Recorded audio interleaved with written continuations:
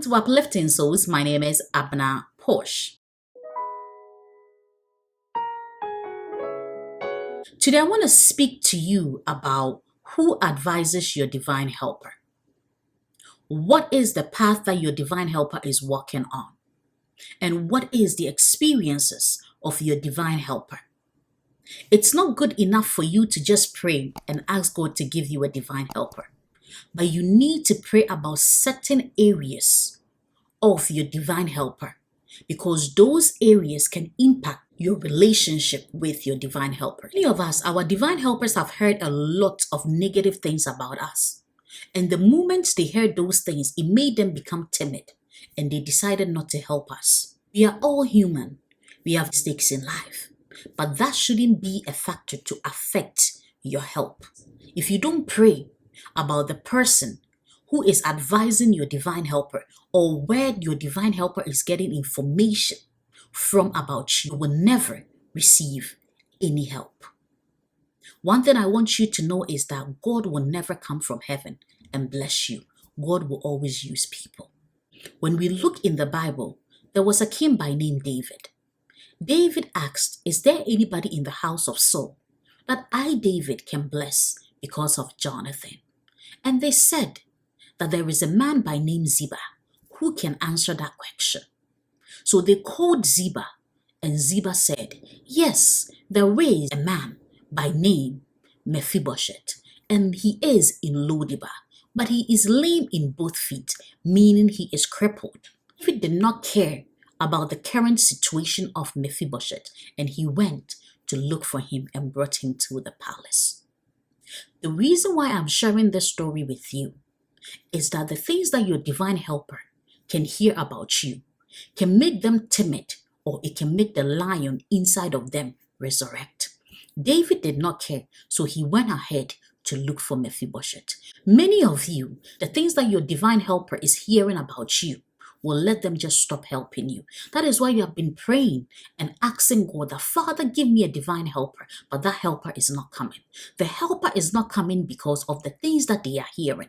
So it's not good enough for you to just pray and say, Father, give me a helper. But you pray and say, Father, anybody that is speaking bad of me to my destiny helpers, may you block their ears from hearing negativity about me. Don't pray those prayers, and if that divine helper doesn't have a strong belief in God, they will stop helping you. Sometimes too, it's not just about your divine helper hearing things. Sometimes too, it can be the path of your divine helper.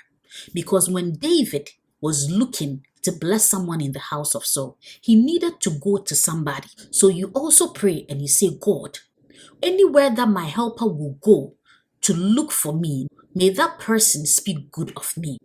It's the same thing with the three wise men. When they heard that a king was born and they were going to bless Jesus, they were following the star. But for some reason, their path got diverted and they went to the king's palace. And they told Herod that a new king is born and they are going to bless the king.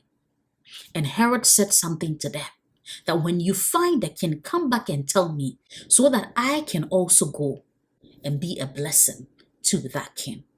But the moment Herod got that information, he came up with a plan that I'm going to kill every child from 2 years and under so that that king that is born can never become a king. Divine helper is coming to bless you, but their path has been turned. They were following the star. But why did they enter the palace? Because the moment they entered the palace, the star stayed behind. The star did not go with them. When they left the palace and they came out, started following the star. So yes, your divine helper will come. But by the time that divine helper will come, the wrong people have already heard what the divine helper is going to do for you. So they start to plot against you.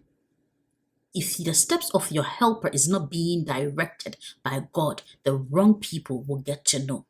And that will raise unnecessary battles for you. Then you have to start praying hard. One thing I want you to know is that the enemy knows more about you than you think. Because he knows how he was able to stop your grandmother, how he was able to stop your mother. So he is working with advanced knowledge against you.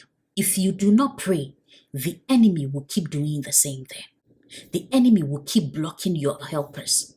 And the last thing that you need to do is that you need to pray about any negative experiences that your divine helper has been through. Sometimes it might not be the enemy that is working against your divine helper, but it can be the negative experiences that your divine helper has been through.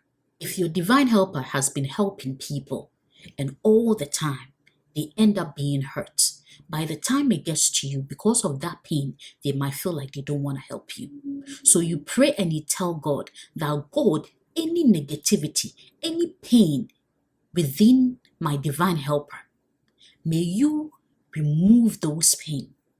Because if that pain is there, the person might not even feel like helping you.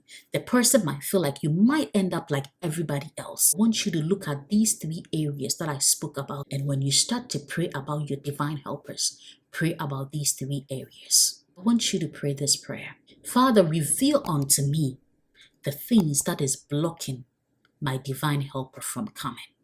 Always remember, uplifting souls, let us feed the soul.